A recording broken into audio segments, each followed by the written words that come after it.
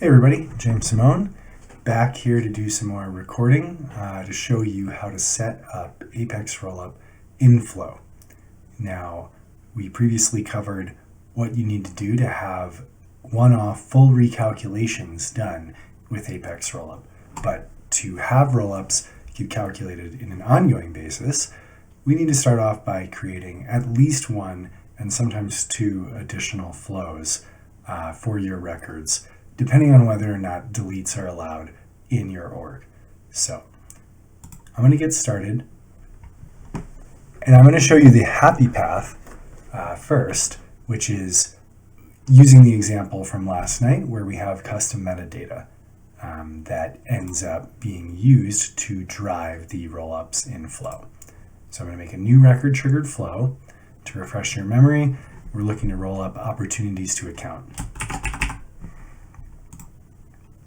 And for our purposes, I'm going to show you how to do this in one flow for both new and updates to existing records.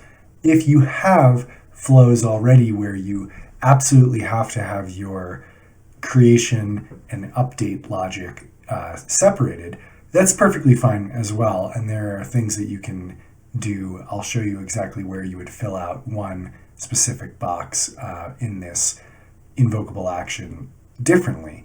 But otherwise, the happy path is if you have both create and update logic that you are happy to have in one flow, you can just select when a record is created or updated.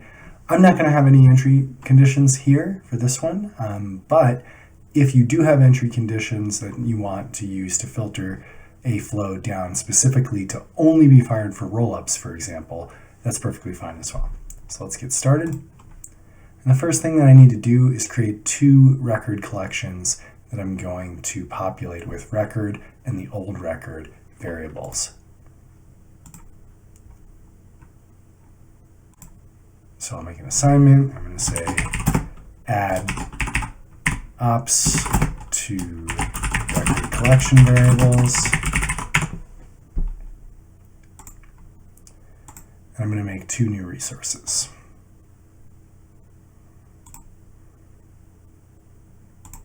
So the data type will be record. This one we'll just call records. And we need to make it available for input. And this, because it's going to be for opportunity, we're going to make the same selection as we did when creating the record triggered flow.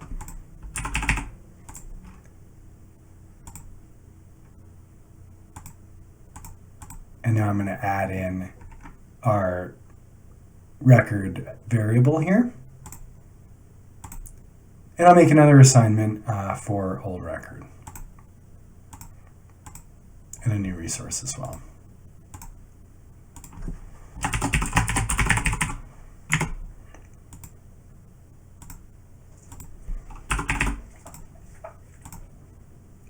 And crucially for both of these, they will be available for input because they're going to get plugged into the rollup action in a second.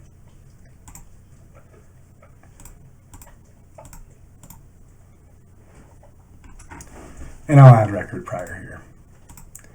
So now I have the only two things that I need prior to invoking Apex Rollup from Flow. So I'm going to go and get that action set up. In my sidebar here, you can see there's a helpful rollup category, and then you just need to look to see which of these rollup actions is appropriate. For this one, again, we're going to be showing the custom metadata based approach. So we're going to perform the rollup custom metadata based rollup action.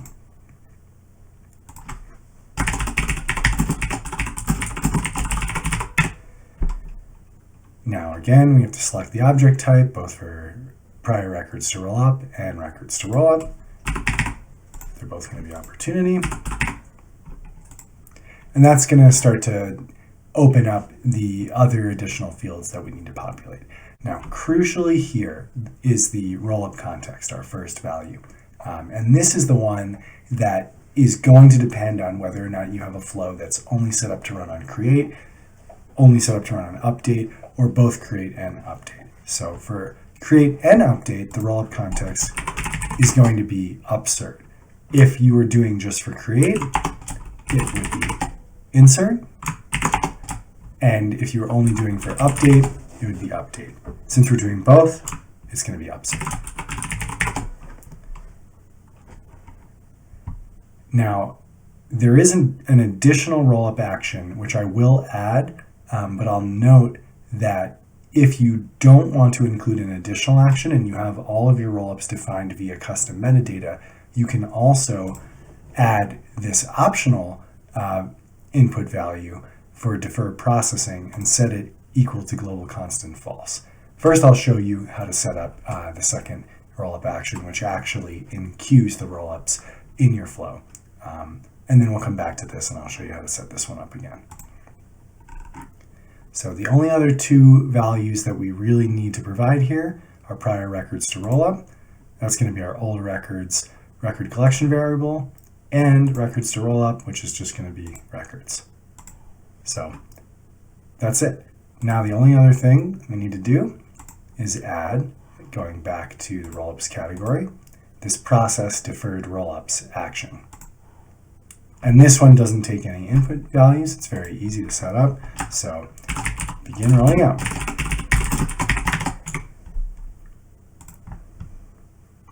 And I'm going to save my flow.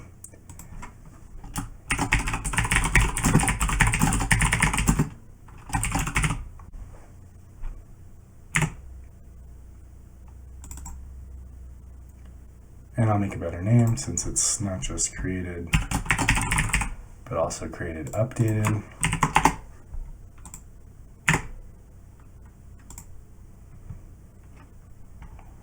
And I'm going to activate the flow.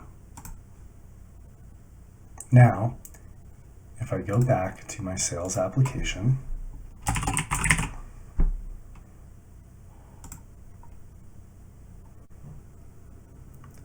want to go to one of the existing accounts that I was showing off in the setup video within the full recalculation app. And I want to add another opportunity to this particular account. So I'm going to go off and do that. And I'll just use the new button from the related list view. So let's add another opportunity. Give it a small amount. Choose some random stage.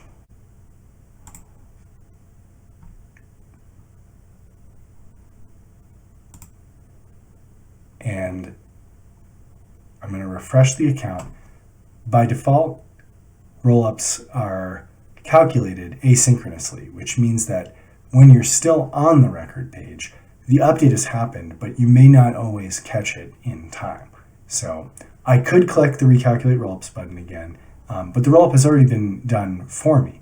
The Recalculate Rollups button will basically update the view of the dynamic form page to show us the values that are already there, but I'm just going to refresh to show you they've already been calculated. And now you can see the max op last modified date time has been added. The concatenation rollup sorts the string values, the text-based values, alphabetically. So another opportunity now has preceded all of the other opportunity names in this concat field. The count of opportunities has been successfully updated, and the op amount has been successfully updated, rolling up the additional values. Now, something that I want to show you, if I go and delete the new opportunity that I just made, because I don't have a flow set up to run and call Apex Rollup on delete, the values won't get immediately updated. So when I go back to my parent level account, there's nothing that's triggered this rollup to run again.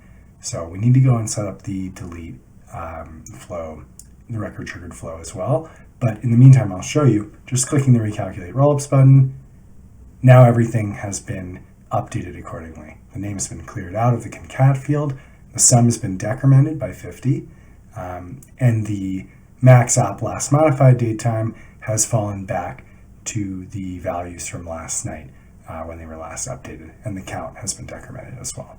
So we'll go back to Flow Builder and create that additional flow.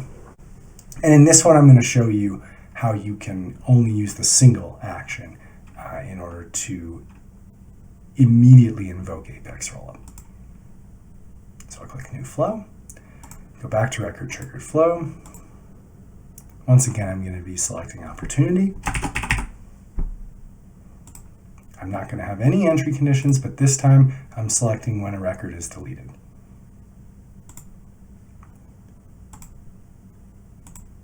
So I'll go and select that same action. I need to go back and create the record collection variable. So sorry, I'll back up a step. I need to do the assignments first. So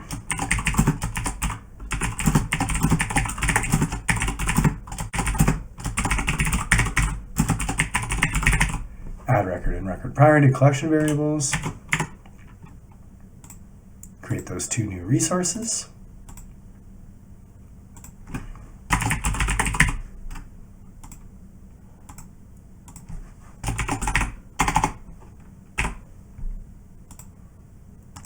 Allow multiple values, allow input. We'll add record.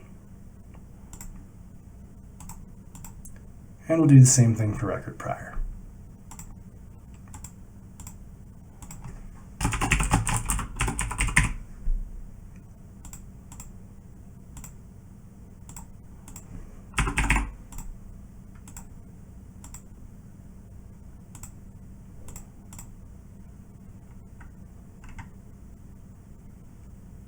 Oh, that's right. I don't even need record prior. It's a delete flow. So we'll get rid of that. We'll get rid of the other assignment. And we'll call Apex Rollup again using that custom metadata-based rollup.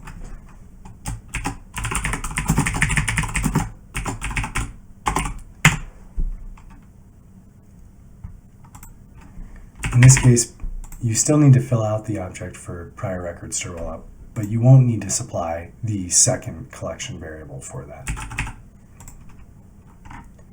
Now in this case, rollup context is going to be delete. And here I'm going to say defer processing equals global constant false. I'm only going to supply records to roll up. And I'll even be a good citizen and delete the old records collection variable since I'm not using it. So let's save it.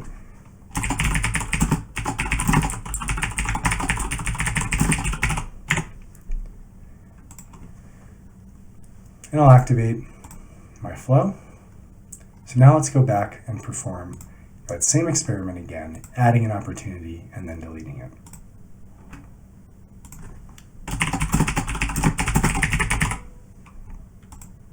Give it a crazy high amount.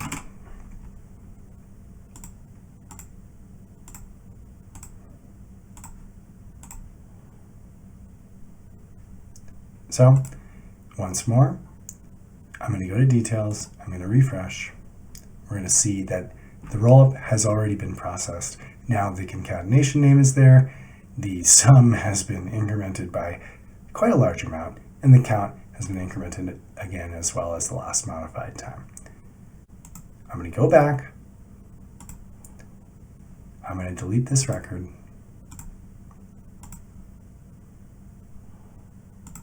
go back to the parent, refresh the page, and just like that, we're back to exactly where we were before. So now I've completed the setup for this specific object for opportunities, and any additional custom metadata records that I add will automatically have their values added to the rollups that are ongoing. Now, if I wanted to go back to Flow Builder, remove that process deferred rollups node, I'm back in my original record triggered flow. I'm going to get rid of the process deferred rollups element. We don't really need it because we know that we're only using one specific set of custom metadata records associated with opportunities. If there were more complex rollup needs that you needed done, where you were possibly using get records in your record triggered flow to get either children of opportunities, associated records that are related to the opportunities in some way, and you wanted to invoke Apex Rollup for multiple sets of custom metadata records, or the base rollup action, which is very similar to the original screen on the full recalculation app where you sort of fill out all of the values yourself, that's also possible. And I'll show off how we can set something like that up as well. But for this simple happy path approach, it's fine to just have the one action. I just need to remember to go back in here and say defer processing, false. I'll save it as a new version and I'll activate that version. Go back to my original parent, add a new opportunity again.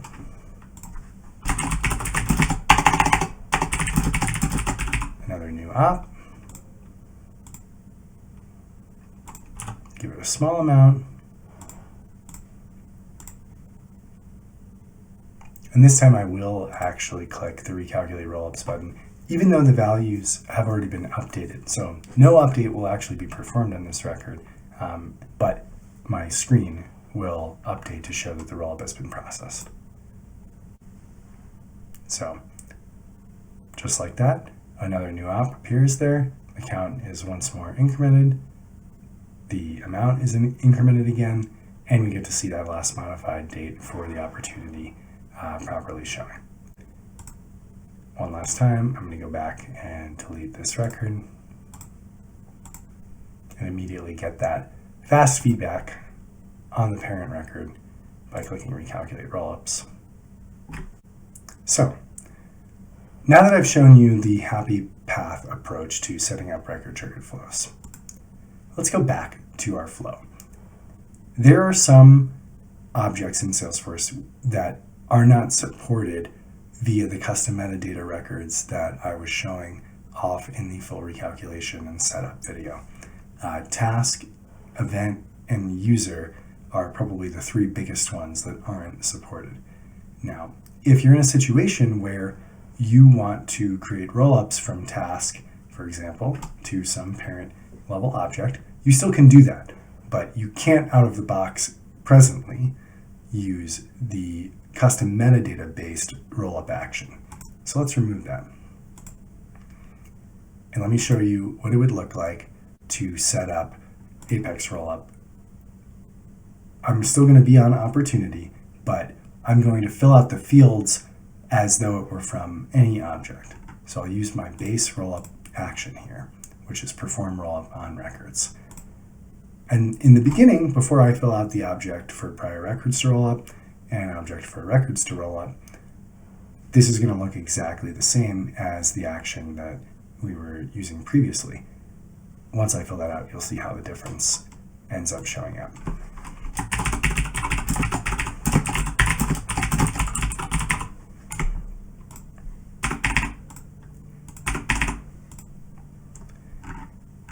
So now I have a lot more required fields to fill out in addition to the rollup operation context. In this situation, I actually don't need to use defer processing. These rollups by default get started as soon as you add them. If you have multiple rollups, I would recommend that you use deferred processing if you're using multiple versions of the perform rollup on records action. That way, they'll get queued together. They'll be processed together. It'll be a lot more efficient in your org. So my child object calc field, in this case, I'm going to show you what it would be like to set up the sum. And in order to do this, actually, I really should go back to Object Manager and Setup because I'm going to need the API names for my custom fields that I've made. So for example, for this one, I need the sum op amount API name custom field. So I'll add that here, actually, under rollup object calc field. Child object calc field is the opportunity amount. The lookup field is the account ID. The rollup object API name is account. The object lookup field is just ID. Now, my rollup operation that I'm looking to do is sum. And again, because this is our create or update flow, the rollup operation context is upsert. I need to add both prior records to rollup using old records collection variable and records collection variable. I'm going to save this as a new version for the flow and reactivate it. And now I want to show you, if I go back to this account, create a new opportunity, only rolls up amount.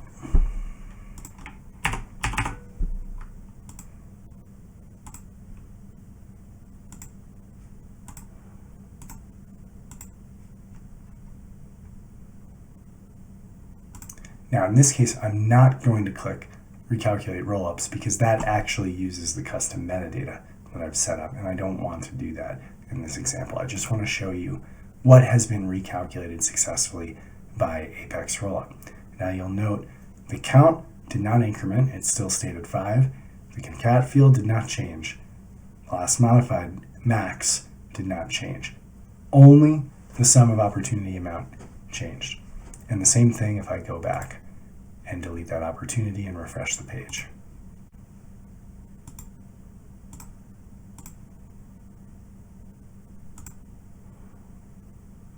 And I'll refresh the page. Now the sum is back, everything else has stayed the same, right?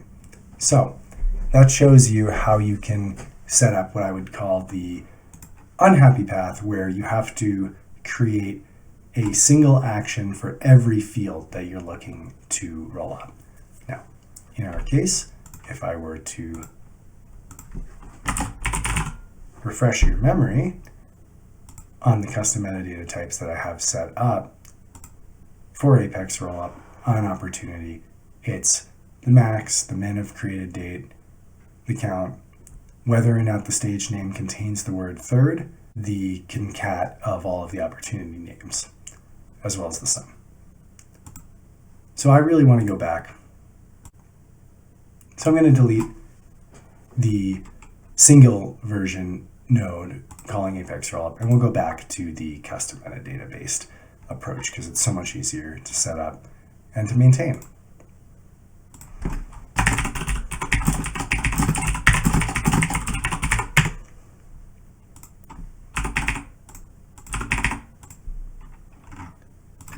Context again is upsert. I do not want to defer processing. My prior records to roll up. My records to roll up.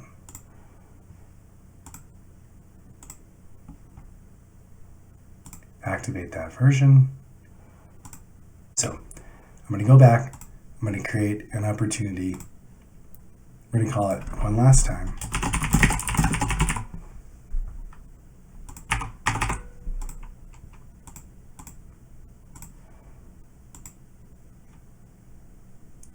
And when I go back and refresh the page, we're going to see the count has been incremented.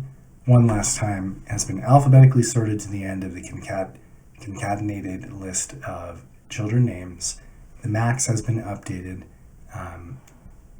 and the sum has been incremented to include that amount.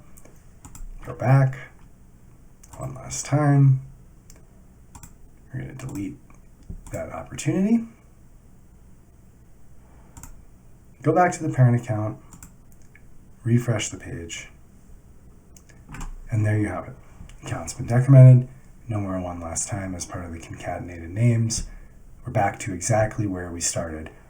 The account looks exactly the same, but the crucial difference now is that as opportunities are created, updated, or deleted, everything that you have set up for your custom metadata roll-up records gets rolled up to the parent accounts automatically. There's no need, for example, to click recalculate rollups, except in the case of something that you need to see happen immediately.